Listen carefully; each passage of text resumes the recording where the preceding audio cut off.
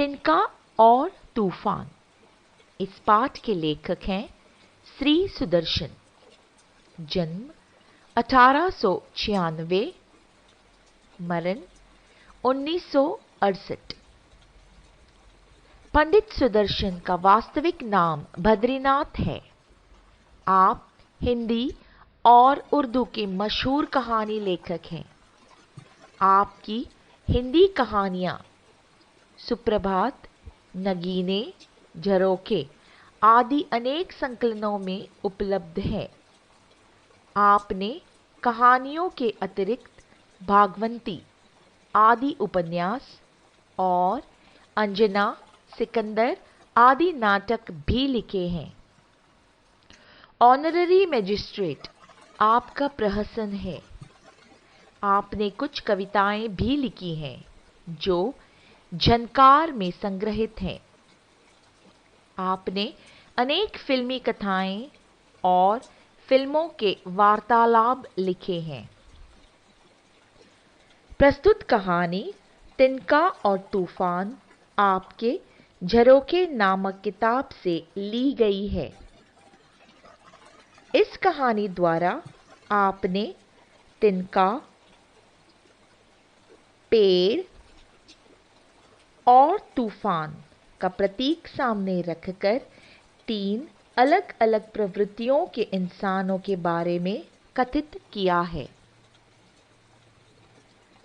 कोई मनुष्य अहंकार से अपनी बात पर हठपूर्वक अड़ा रहता है, पर किसी से संकट काल में भी समझौता करना नहीं चाहता। फलस्वरूप उसे नष्ट हो जाना पड़ता है, जैसे पेड़। विशिष्ट परिस्थिति में भी जो झुकता नहीं सो टूट जाता है, जैसे तूफान।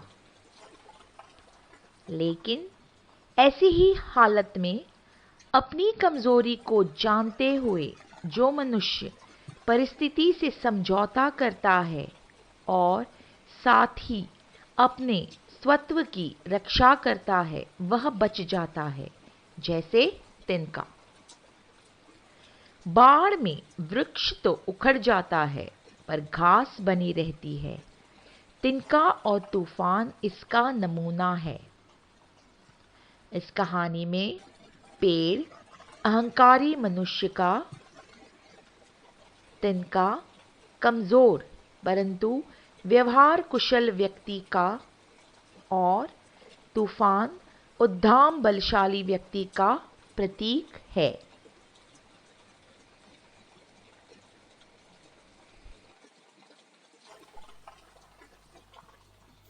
तिनका और तूफान पाठ का भाग 1।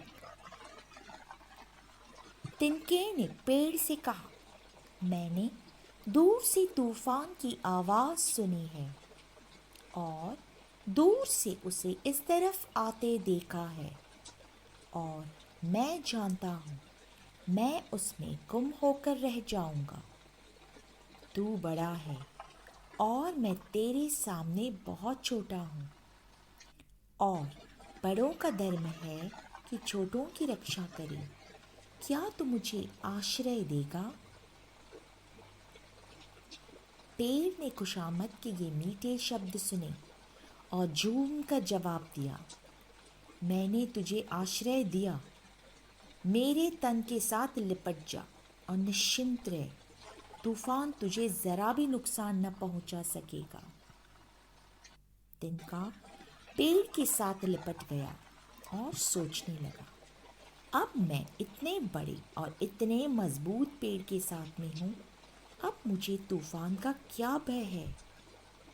इतने में तूफान आया और तूफान ने आकर उस बड़े पेड़ को देखा और कहा, जा मेरे सामने से हट जा, या मेरे साथ चल, या मरने को तैयार हो जा। तेरे लिए चौथा कोई रास्ता नहीं है। पेड़ ने तूफान की धमकी को घृणा से सुना और क्रोध से कांपकर जवाब दिया, तू देख और जान कि मैं इस जगह बहुत बरसों से खड़ा हूँ। मेरी जड़ें धरती की दिल में बहुत गहरी खुदी हुई है और मेरा फैलाव देखकर दुनिया घमंड की गर्दन झुका देती है। और तुझ में फिर भी इतनी हिम्मत कि तू मुझे धमकियां दे और मुझे जीतने के सपने देखे। अगर तू चुपचाप अपने रास्ते पर चला जाता तो मैं तुझे रोकने की ज़रूरत न समझता और तुझे अपने इलाके से निकल जाने की आज्ञा दे देता। मगर अब तूने मेरे अभिमान को ललकारा है।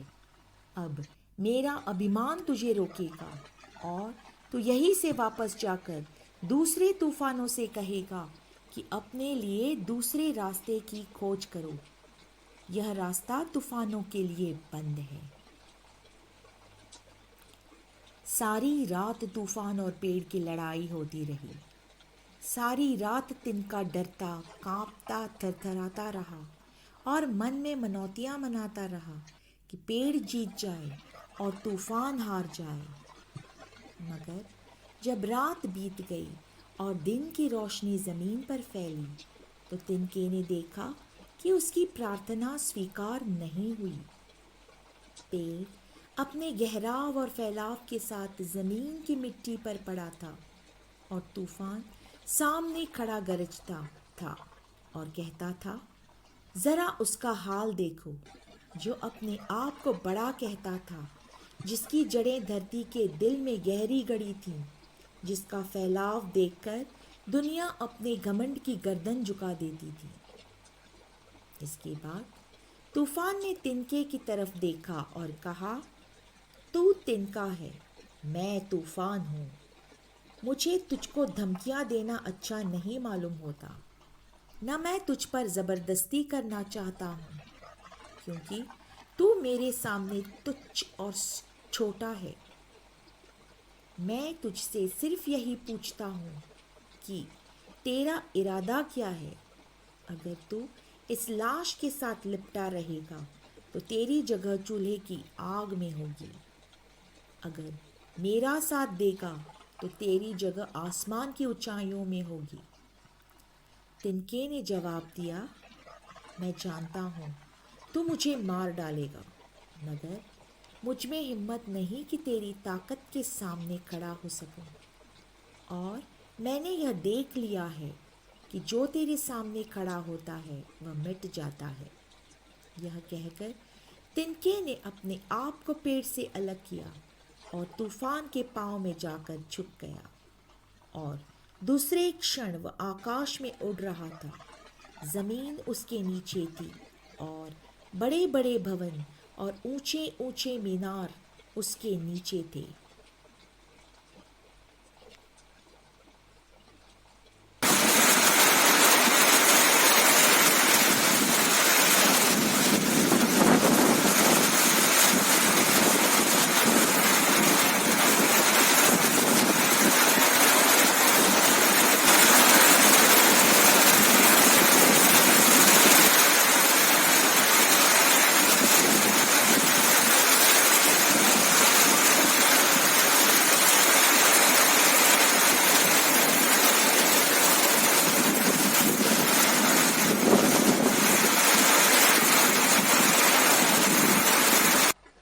तिनके ने दूर से तूफान की आवाज सुनी और डर गया कि वह उसमें गुम हो जाएगा। इसलिए तिनका पेड़ के पास सहायता मांगने के लिए गया। तिनके ने पेड़ की बड़ी चापलूसी की। अपनी शान में कहे गए शब्द सुनकर पेड़ बहुत खुश हुआ और तिनके की मदद करने के लिए तैयार हो गया। उसने तिनके को अपने तन से लिपटकर निश्चिंत रहने के लिए कहा। पेड़ से लिपटकर तिनके ने सोचा कि अब वह इतने बड़े और मजबूत पेड़ के साथ में है, तो अब उसे तूफान से डरने की कोई बात नहीं। इतने में वहां तूफान आया।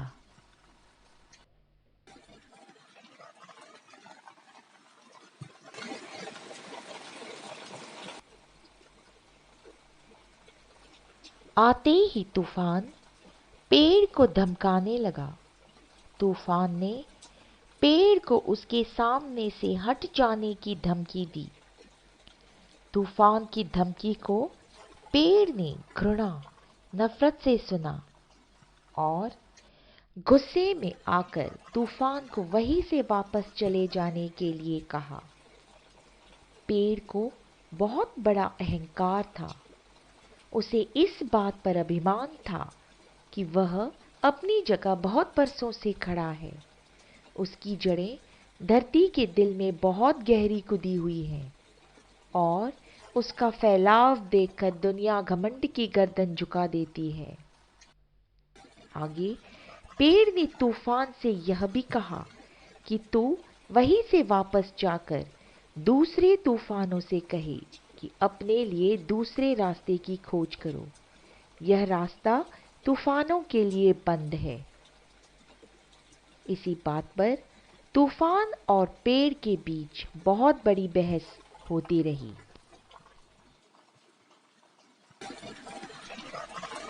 सारी रात पेड़ और तूफान की लड़ाई चलती रही और तिनका डरता, कांपता, थरथराता रहा और मन में मनौतियां मनाता रहा कि पेड़ जीत जाए और तूफान हार जाए। तिनका सोचता था पेड़ बच गया तो वह भी बचेगा, वरना वह तूफान के साथ बहेगा।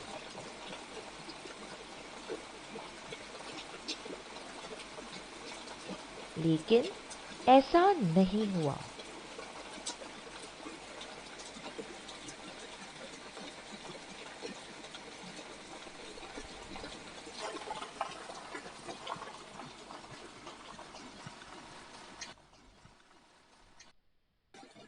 दिन की रोशनी में तिनके ने देखा कि पेड़ अपने गहराव और फैलाव के साथ जमीन की मिट्टी पर पड़ा था और तूफान सामने खड़ा गरजता था। तूफान ने पेड़ के घमंड की गर्दन झुका दी थी।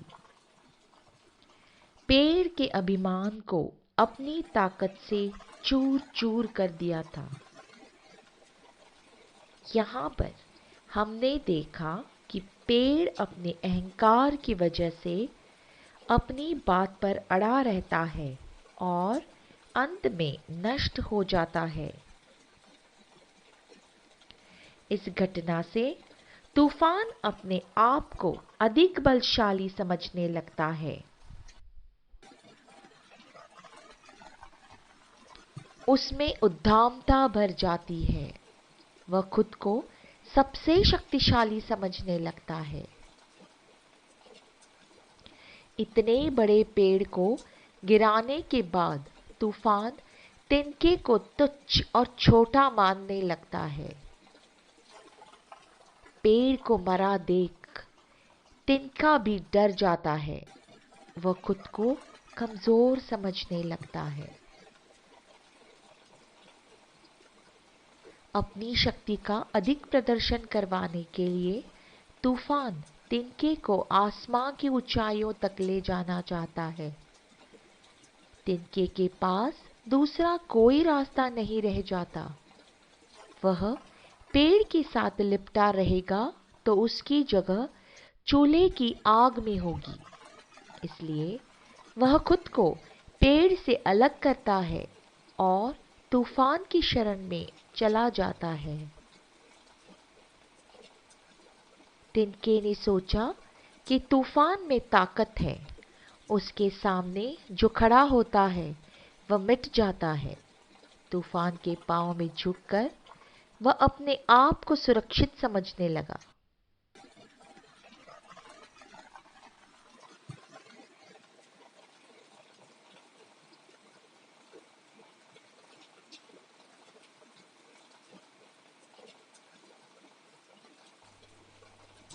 और दूसरे ही क्षण तिनका आकाश में उड़ रहा था।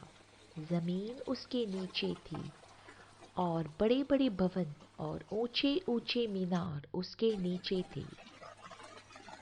वह बड़े मज़े ले रहा था।